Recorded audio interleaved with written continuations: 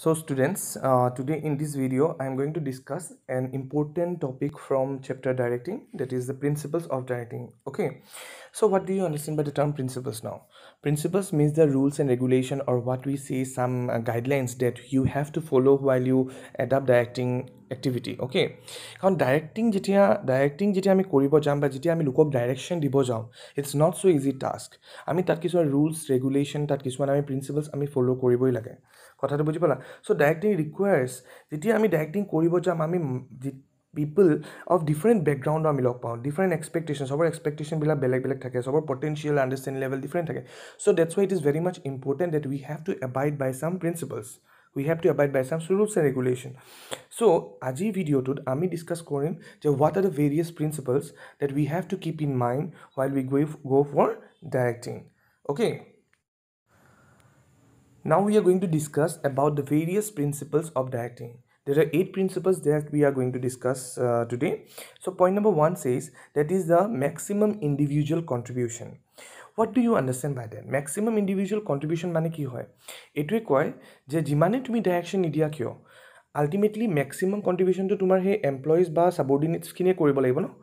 আজি যেনেকৈ মই তোমালোকক পঢ়াই আছোঁ, I am teaching you right now, মই যিমান পাৰোঁ সিমান নিজৰ 100% দি আছোঁ, but the thing is that you students have to learn. তোমালোকে যদি নিজৰ ডেডিকেশ্যন লেভেল নিদিয়া, তোমালোকে যদি নপঢ়া, ultimately it will not work. So' that's why it is very much important that maximum individual contribution must be there in directing. No matter, the superior will give you proper direction, but maximum effort is from the subordinates. কথাটো clear হ'ল নাই? সেইটোৱে কৈছে যে according to this principle, management should adopt the directing policy through which the employees get motivated and give their maximum individual contribution for the achievement of organization goals. আজি অৰ্গেনাইজেশ্যনৰ গোলছ আছে, target আছে, সেই টাৰ্গেটৰ কাৰণে যিমানেই এমপ্লয়াৰজনে বা ছুপিৰিয়ৰজনে ডাইৰেক্টিং নিদিয়ক কিয়, but the thing is that you as a subordinates you have to give your maximum contribution. Okay, point number 2 says that is principle of harmony of objectives.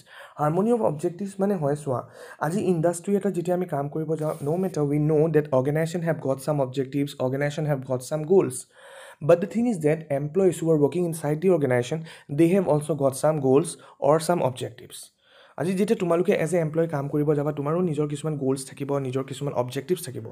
তোমালোকৰ এইম হ'ব পাৰে যেনেকৈ suppose you want a good salary, you want promotion, you want some target to be achieve in your life. So' that is what your objectives. So' ইয়াত কৈছে প্ৰিন্সিপালটোৱে যে harmony of objectives থাকিব লাগে। আজি অকল অৰ্গেনাইজেশ্যনৰ অবজেক্টিভৰ কথা আমি চিন্তা কৰিলে নহ'ব। It's not enough that you are only thinking about the organisation objective, but along with that you should also' think about the individual objective, that means the individual who are working inside the organisation. So that's what the point says. According to this principle, there must be full coordination between the organization and individual objectives. Coordination থাকিব লাগিব organization objective আৰু individual objectives ৰ মাজত। Employees work in organization with an objective to get better remuneration, promotion. এমপ্লয়ীবিলাকে কাম কেলে কৰে এটা ইণ্ডাষ্ট্ৰীত বা অৰ্গেনাইজেশ্যনত?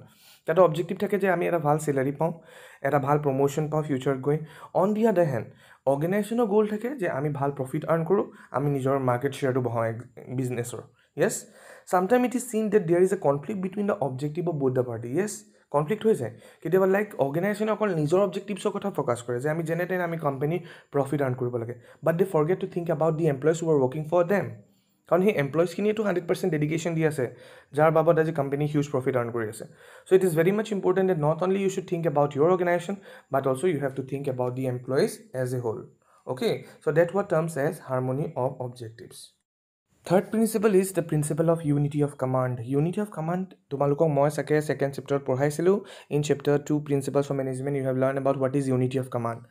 Unity of command says that there should be one boss for one superior. এজন superior subordinates কাৰণে এজন boss হ'ব লাগে, এজন superior হ'ব লাগে। Okay, that's very much important. If the subordinate receive instruction from more than one superior, ultimately the employees get confused and they will dislike their work. That's very important. Okay, সেইটোৱে কৈছে according to this principle, a subordinate should get all direction from one officer at a time. যদি এটা অফিচাৰতকৈ বেছি তাহাঁতি superior হাতৰ ওপৰত direction দিব আহি যায়, ultimately they will get confused না। If the subordinate get direction from more than one officer, the subordinate will be unable to prioritize his work. He নিজৰ কামটো ভালকে কৰিব নোৱাৰিব. As a result, situation of confusion, conflict and disarrangement is created. তেতিয়া কি হয়, confusion হৈ যায়, employees বিলাক conflict arise হয় আৰু disarrangement হৈ যায়. Okay, by following this principle, effective direction take place. যদি এই প্ৰিন্সিপলটো আমি ভালকে ইউজ কৰোঁ, that is unity of command, তেতিয়া আমাৰ ডাইৰেকশ্যনটো ভালকে হ'ব. Principle number 4 says that is appropriation of the direction technique. That's what the point says. The question, according to this principle, appropriate directing technique should be used. X, for example, to supervise effectively. I mean, directing jetia korim jeneka supervise ami bhalke koribo laibo. To provide able leadership. Moi tomalokok ekita elements buli koisilo. Properly ami leadership থাকি কাম কৰিব লাগিব, এজন ভাল leader হিচাপে আমি তাহাঁতক direction দিব লাগিব সাবঅৰ্ডিনেটছ বিলাকক। টু এটা ফ্ৰী আমি এনেকুৱাকৈ কমিউনিকেট কৰিব লাগিব যাতে সাবঅৰ্ডিনেটছ বিলাকে আমাৰ কথাবিলাক বুজি পায়। They should understand what we actually try two চে, okay, and motivate through the right medium. আৰু এনেকুৱাকৈ মটিভেট কৰিব লাগে যাতে সাবঅৰ্ডিনেটছ বিলাকে মানে মটিভেট হৈ কাম কৰে। That's very important. That is some as principle of appropriateness of directing technique. Okay, মানে ডাইৰেকশ্যনৰ আমি যেতিয়া টেকনিক্সখিনি ইউজ কৰিম, that should be appropriately use. এনেই মন গৈছে য'ত ত'ত আমি মটিভেশ্যন টেকনিক ইউজ কৰি দিব নোৱাৰোঁ, বা এনেই মন গৈছে আমি ছুপাৰভাইজ কৰিব নোৱাৰোঁ, এনেই মন গৈছে য'ত ত'ত আমি লিডাৰশ্বিপ দেখাব নোৱাৰোঁ।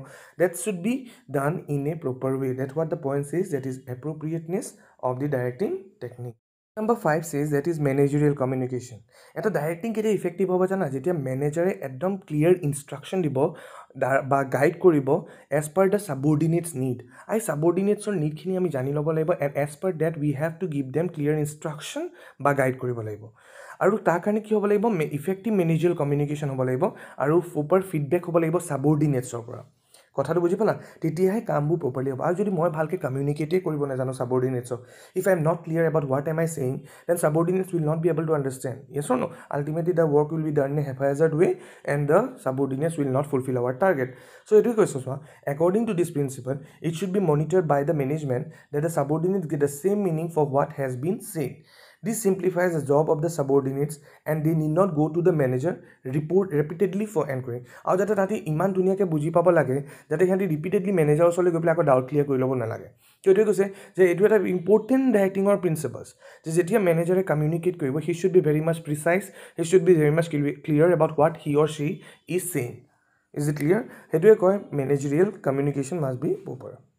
Point number 6 says that is the principle of use of informal organization. Now you all know, আমি পঢ়িছিলোঁ what is formal and informal organization. Formal মানে কি হয়, য'ত ৰুলছ ৰেগুলেশ্যন বহুত বেছি থাকে, ৰাইট? আৰু ইনফৰ্মেল মানে য'ত ৰুলছ ৰেগুলেশ্যন নাথাকে।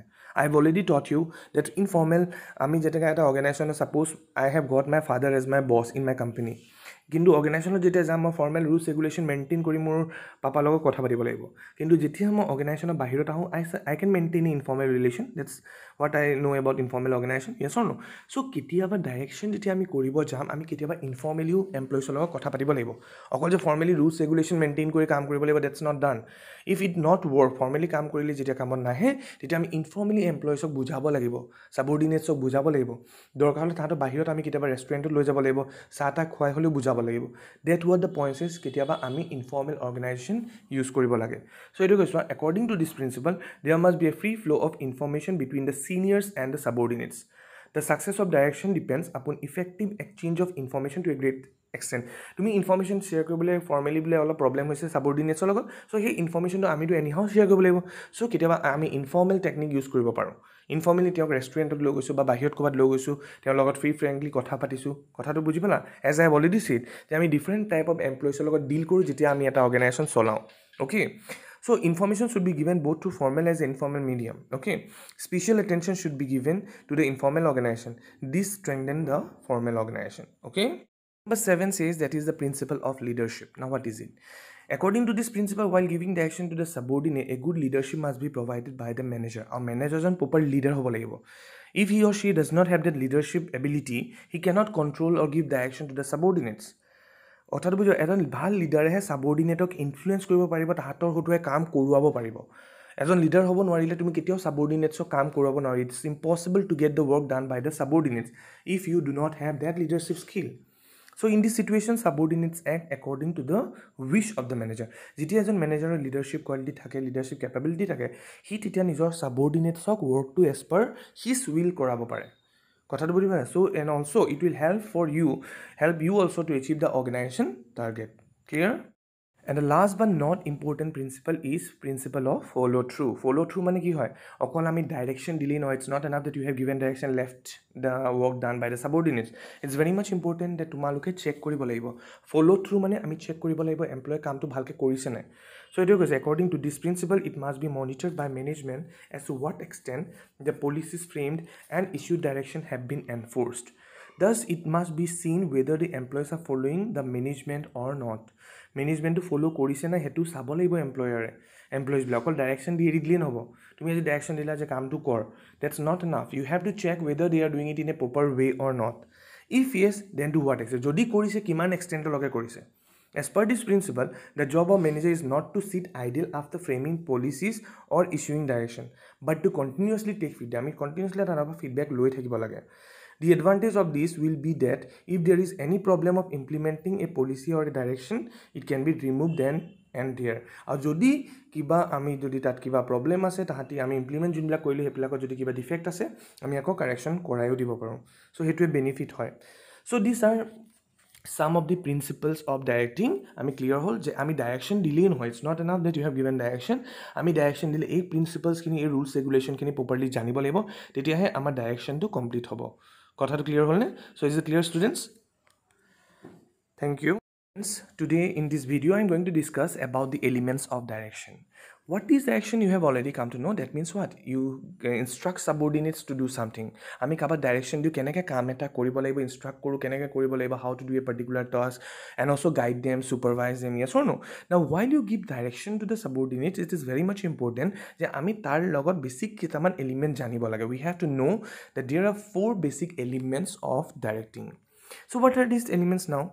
One is the communication, 2 is supervision, next is leadership, and last but not the least is motivation. Okay, so a sarita bostu that is communication, supervision, leadership, and motivation. When it comes together, then directing becomes complete.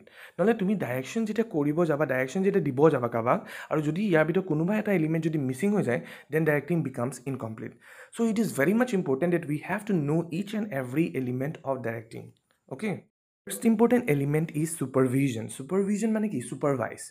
It's very much important that while you give direction to the subordinate ami direction diote ki koru ami supervise koru nai ami check koru nai hetu koisu supervision is defined as guiding the activities of the people who perform the work.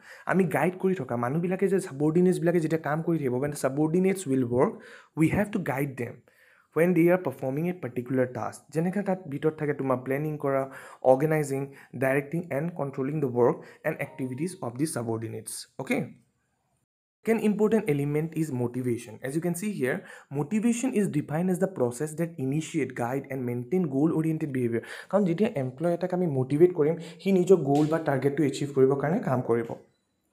Motive is what?